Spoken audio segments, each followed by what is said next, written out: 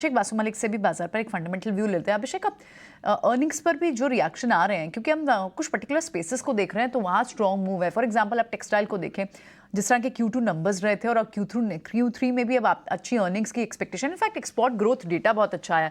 जिन जिन companies के export data अच्छे आए हैं, जहाँ ग्रोथ सस्टेनेबल दिख रही है, वहाँ पर अच्छी मूव है। Q3 के लिहाज से आप इस वक्त बाजार को कौन कौन से सेक्टर्स को एक पॉजिटिव नजरिए से अप्रोच करने की सलाह देंगे, और साथ ही जहाँ पर नेगेटिव सरप्राइज भी आ सकता है? देखिए, आपने सही कहा। जैसे जो जो सेक्टर्स में पॉजिटिव अर्निंग्स आने की संभावना है, जैसे कि आपने टेक्सटाइल्स कहा, या cement, capital goods, engineering, infrastructure, real estate, ये सब सारे सेक्टर्स में अच्छी उम्मीद है हमारी कि Q3 में रिजल्ट्स अच्छे आएंगे। लेकिन उस सिर्फ रिजल्ट्स का देख के नहीं होगा, आपको इसके साथ वैल्यूएशंस और ओवरऑल मार्केट का सेंटीमेंट भी देखना चाहिए हमको। मेरे हिसाब से थोड़ा सा अभी कंजर्वेटिव वे में इन्वेस्ट करना चाहिए, लीवरेज वगैरह एकदम भी कम कर देना चाहिए, और एटलीस्ट ये महीना और एक दो महीना थोड़ा सा कंजर्वेटिव होके, बिकॉज मार्केट एकदम हाई लेवल पे है, बहुत ज्यादा पैसा आसानी से बन रहा है। तो मेरे लिए एज अ फंडामेंटल पर्सन वो थोड़ा हमेशा कॉशनरी टेल होता है कि जब सारे लोग बहुत आसानी से पैसा बनाते हैं तो वो कभी कभी हम देखते हैं कि एक टेम्पररी टॉप बनने की एक इंडिकेशन होता है। तो मार्केट पोजीशनिंग के हिसाब से मेरे हिसाब से थोड़ा सा कंजर्वेटिव होना चाहिए। क्यों अभिषेक, आपसे चाहेंगे जी एंटरटेनमेंट के स्टॉक पर, क्योंकि बहुत सारे ऐसे दर्शक हैं, बहुत सारे ऐसे निवेशक हैं जिनके मन में प्रश्न उठ रहे हैं कि ये डील होगी या नहीं होगी या नहीं होगी। ये तो बिल्कुल कह सकते हैं कि भविष्य के गर्भ में है, क्योंकि अपडेट्स कई तरह के आते हैं। पहले सूत्रों के हवाले से, ब्लूमबर्ग के हवाले से खबर है कि नहीं ये डील टूट जाएगी, और इस तरह की डेवलपमेंट्स आए, लेकिन जी ने आके खंडन किया। फिर हमने शेयर में रिकवरी देखी, फिर से थोड़ा थोड़ा प्रेशर बन रहा है, 6-6.5% नीचे ये शेयर कारोबार कर रहा है। तो जिनके पास जी एंटरटेनमेंट है उनके लिए आप क्या सुझाएंगे कि अभी निवेशित रहें, मतलब जब तक कॉन्क्रीट कोई फैसला नहीं आ जाता तब तक ज्यादा कुछ कयास नहीं लगानी चाहिए?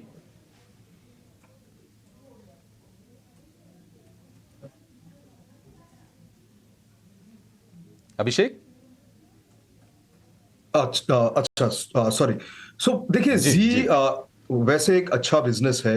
अभी जो प्रॉब्लम हो रहा है वो मैनेजमेंट और अ, अ, ये जो मर्जर को सोनी के साथ जो बात चल रहा है उसको लेके हो रहा है।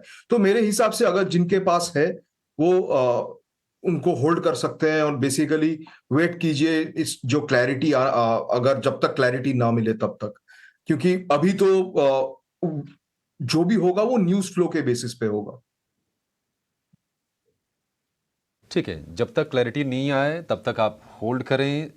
सोनी की तरफ से कोई ऑफिशियल कोई स्टेटमेंट नहीं आया था, वो सूत्रों के हवाले से खबर थी जिसका कि जी ने आके सामने खंडन कर दिया है। 258-59 रुपए के आसपास का भाव है।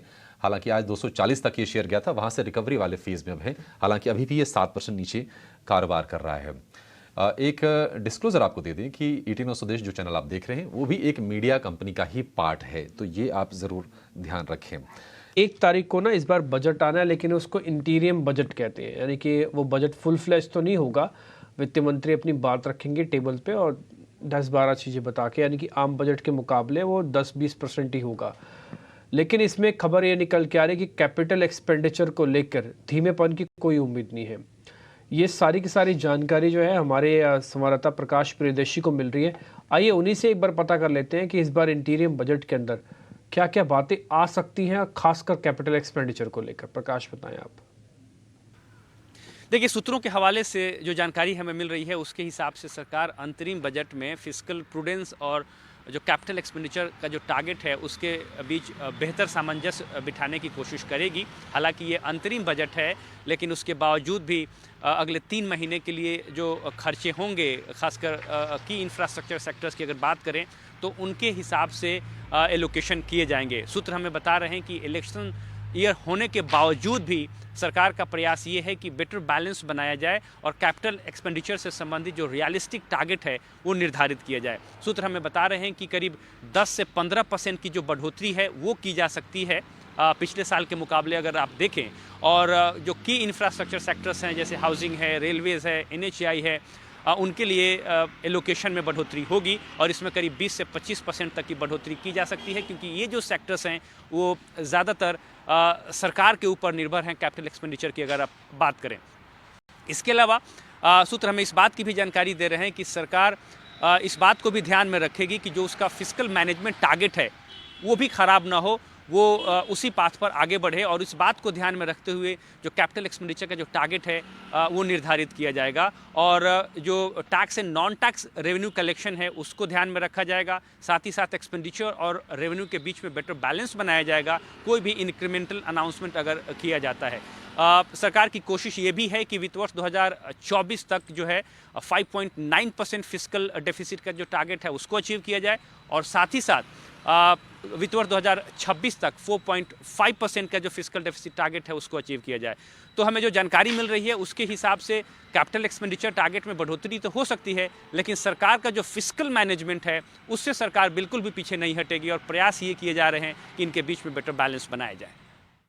तो प्रकाश, बहुत शुक्रिया ये सारी अहम जानकारी देने के लिए। हम कई बार ऐसा लगता है कि सरकार ने इतना खर्च कर दिया, शेयर इतने चल गए, क्या ये शेयर और चलेंगे? आपकी बात सुन के ऐसा लग रहा है कि ना तो सरकार थकी है, ना ही शेयर थकने जा रहे हैं।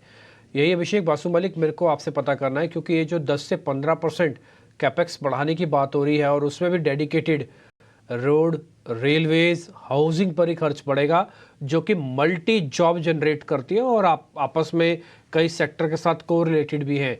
आपको ऐसा लग रहा है कि रोड, रेलवेज और हाउसिंग फाइनेंस जैसी हाउसिंग में भी पैसा जो लगा हुआ है हम सब का भी शेयर्स के जरिए, वो बरकरार रहना चाहिए, उसमें प्रॉफिट बुकिंग नहीं करना चाहिए?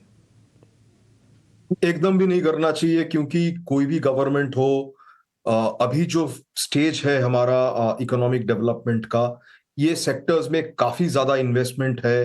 अगर आप देखें, सेंट्रल गवर्नमेंट का है, स्टेट गवर्नमेंट का है, और धीरे धीरे प्राइवेट का भी इन्वेस्टमेंट आ रहा है। तो बहुत इंपॉर्टेंट एरियाज हैं ये, रेलवेज, डिफेंस, इंफ्रास्ट्रक्चर, एयरपोर्ट्स, जो जो फिजिकल इंफ्रास्ट्रक्चर बन रहा है उसमें उनका स्टॉक्स या उनके जो रिलेटेड फीडर इंडस्ट्रीज हैं, जैसे स्टील, सीमेंट, इस टाइप की इंडस्ट्रीज को भी काफी बढ़ावा मिलेगा। तो मेरे हिसाब से जो इनमें निवेशित है, निवेशित रहिए, जो नहीं है वो इनके अच्छे कंपनीज देख के चुन के इन्वेस्ट कर सकते हैं।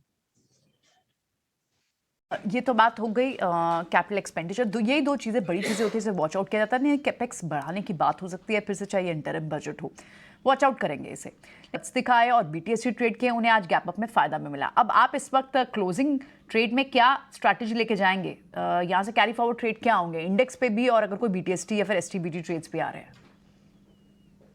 तो आई थिंक इंडेक्स में निफ्टी पे तो हम बिल्कुल क्रिटिकल सपोर्ट के आसपास ट्रेड कर रहे हैं। तो अभी निफ्टी पे हम यहाँ पे कोई ट्रेड कैरी फॉरवर्ड ट्रेड नहीं करेंगे, आइदर शॉर्ट लॉन्ग यहाँ पे नहीं करेंगे। कल ओपनिंग के बाद ही उसको देखेंगे। लेकिन स्टॉक स्पेसिफिक काफी स्टॉक्स में मोमेंटम बना हुआ है, तो यहाँ पे स्टॉक स्पेसिफिक जरूर हमारी बाइंग की सलाह है।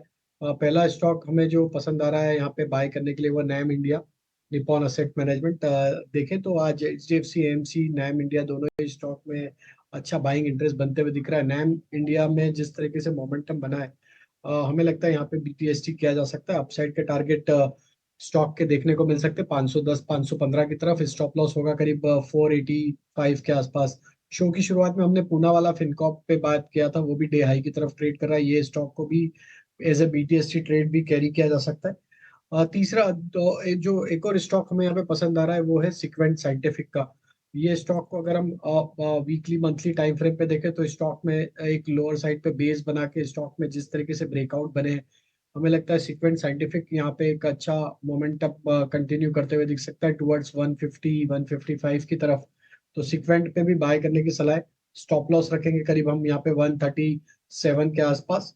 और जो एक और स्टॉक पसंद आ रहा है वो है भारती एयरटेल। टेलीकॉम सेक्टर में देखें तो भारतीय एयरटेल में एक अच्छी सस्टेन बाइंग एक्शन देखने को मिली। इस तरीके के वॉलेटाइल मार्केट में भी डे हाई की तरफ ही स्टॉक ट्रेड करते हुए दिख रहा है। अक्रॉस ऑल टाइम फिर स्टॉक एक बुलिश ट्रेजेक्ट्री में है। Series of high top higher bottom formation पिछले कई हफ्तों से हमने देखने को मिले। तो भारतीय एयरटेल भी यहाँ पे BTST किया जा सकता है। अपसाइड के टारगेट 1090 तक आते हुए दिख सकते हैं। स्टॉप लॉस होगा करीब 1045 के आसपास। ठीक है, तो ये तो बात हो गई भारतीय एयरटेल।